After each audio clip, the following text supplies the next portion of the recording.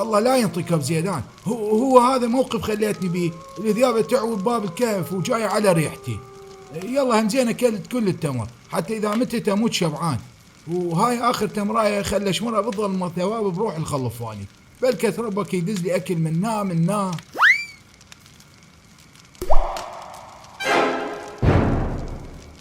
لك يا ثور.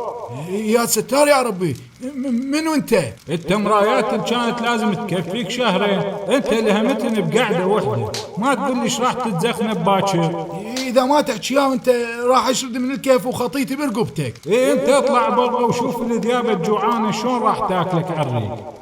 انت جني مو احكي بسرعه. لا انا خالتك الشقره، ارتاحت؟ والله عرفت بيك جني، لا تتقرب ترى دتشك. هي وشنو جني؟ شفتني طالع لك من الحائط؟ مو دا تشوفني جايك مشي، يعني بشر حالي من حالك.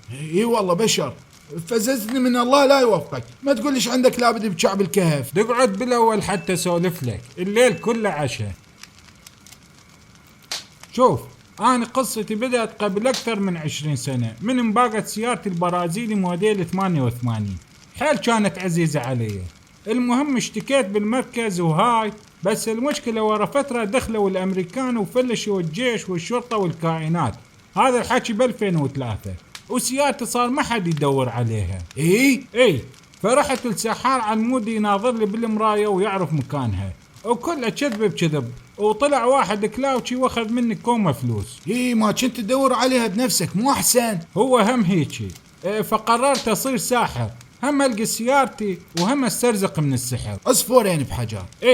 وبعدها جيت لهذا الكهف مثلك، يوم يومين شهر شهرين، شو طابت لي العيشة هنا. اطلع اصيد وارجع اكل وانام، لا من قال ولا من حكى، حياة سعيدة.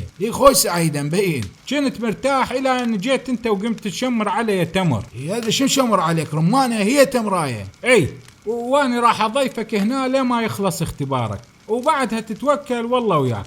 بس ما علي لا باكلك ولا بالذيابة ولا بكل شيء. لا ضيافتي ايش هاي؟ خب تدري بي التمر وخلصته. هو قلت لك بعد كل من عليه بروحه. اقول لك ليش ما نعقد اتفاق؟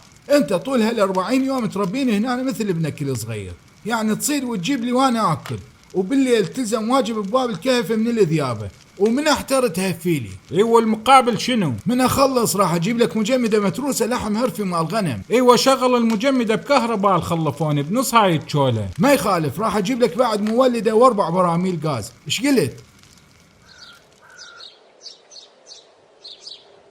هاك اليوم صدت لك ضب. نعم والله احسن من ماكو. خل اقوم اشوي.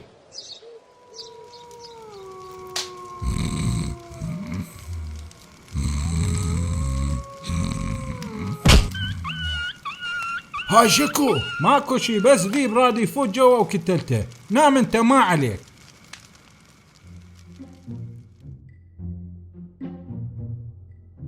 هاي يا جاسم، انت كملت ال41 يوم ونجحت بالاختبار، بس شلون كرشك منازل لهسه؟ مو التمر اللي انطيتني اياه زرعته وطلعت نخله وظليت اقطف منها واكل. كافي. المهم بما ان انت اجتازيت الاختبار فراح انطيك هدية تفيدك بشغلك كساحر. وشنو هي؟ هاك اقدم نسخة من كتاب شمس المعارف الكبرى، عمره اكثر من 650 سنة. هسه يطلع الكتاب قصص مال جحا وناصب عليه. لك لا تصير فطير، هذا اقوى كتاب مال سحر بالعالم، وبيه طلاسم تخلي الجن والشياطين يلعبون شوبي قدامك.